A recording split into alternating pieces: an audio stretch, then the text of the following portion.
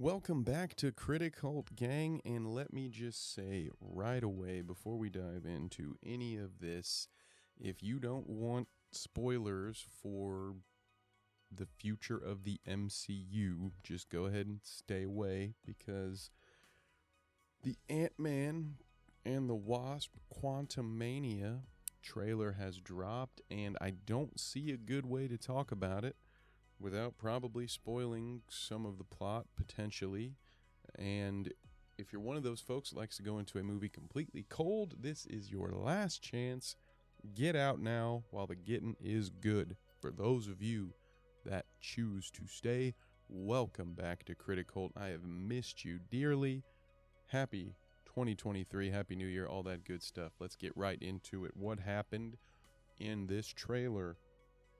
Well, we are finally going to get to see Kang, and the Kang that you comic fans will be familiar with, the one that used to grace the logo of Obscure Comics Weekly for me. Now he's gotten a little too mainstream to ever fit the name of that brand again, but there was a time when only nerds like me were big Kang fans, and now we will get to see what this iteration will look like on film. And I will say, I do think it's one of the better casted villains in the MCU. What will we see story-wise, though? From what I could gather, looks like Cassie Lang does some things to get into some trouble, and Scott has to make some sacrifices. Apparently he loses something. He loses a lot, and then Kang is going to be the devil's advocate, so to speak, that's going to offer him his life back, so long as what I'm assuming will be some kind of heist of some kind. So as long as Scott does something for him, he has to go and acquire something for Kang, and in return Kang will give him his life back. Right. Yeah.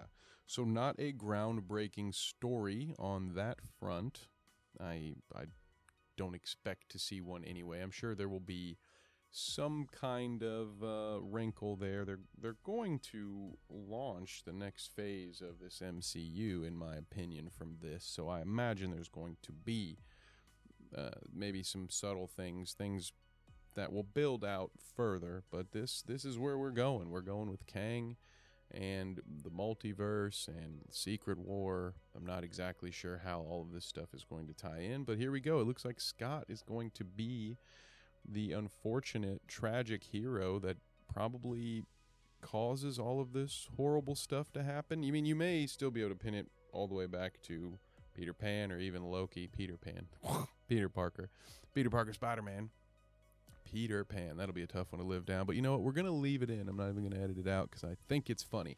Peter Parker, Spider-Man, may be the guy that you might want to blame for all of this, or maybe Doctor Strange for his unique solution to the problem. But it looks like Scott is also going to have a hand in setting up our big bad. So that is something that's kind of interesting. I'd like to know your thoughts on this. We now have Scott on top of Peter, on top of Doctor Strange, and then of course Wanda as the Scarlet Witch. So we have all of these former heroes. Some clearly still are heroes as far as the story is concerned. Some have taken on a more villainous role. We're not sure when we'll see them come back to the good side.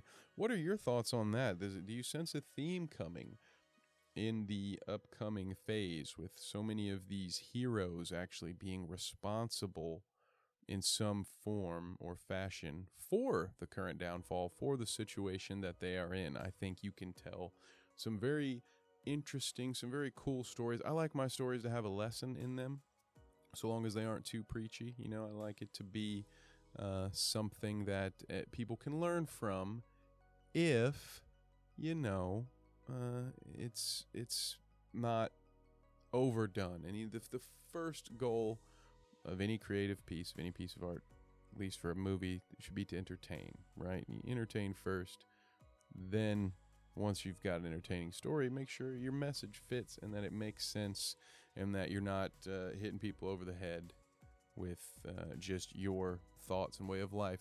So I don't expect any of that from Ant-Man, but I do expect them to be there to be some big life lessons, probably something very vague and very generic, but I can't imagine Scott turning evil here is what I'm getting at. And there's even, they kind of allude to it in the end of the trailer where Scott talks about, we had a deal. So of course, like I said, this is not a groundbreaking plot. It's nothing new. We are going to simply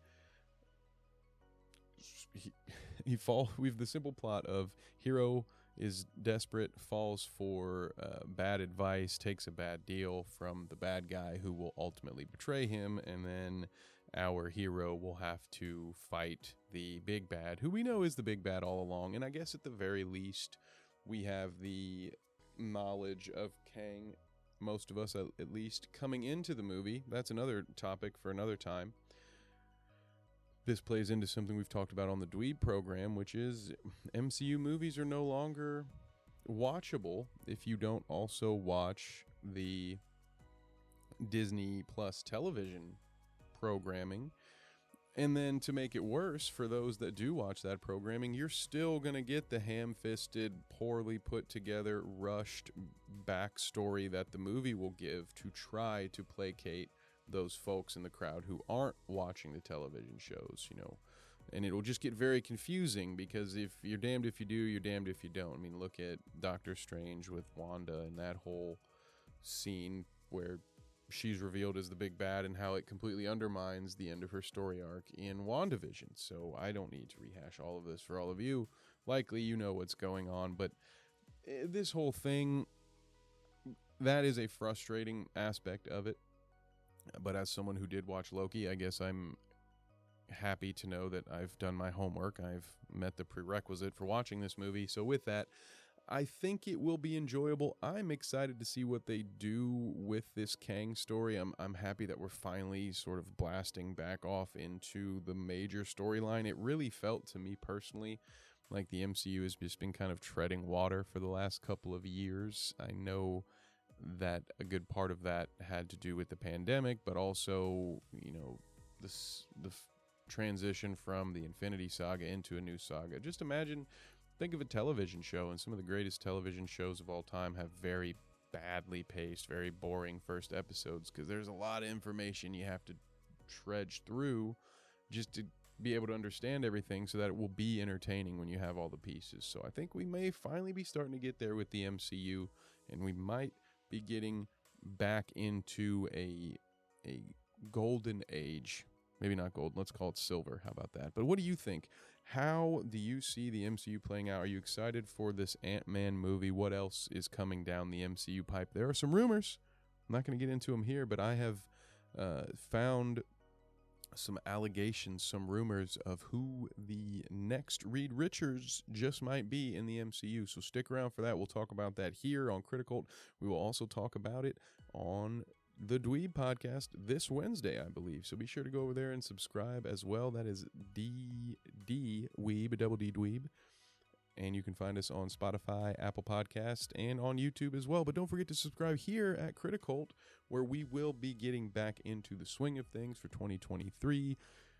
Preview reviews, movie reviews. We're going to go through our 2022 list. Got a lot of things coming. We're going to do full on. More commentary tracks are coming for you folks. I look forward to bringing that to you. So until then, thank you so much for listening, and we'll see you next time.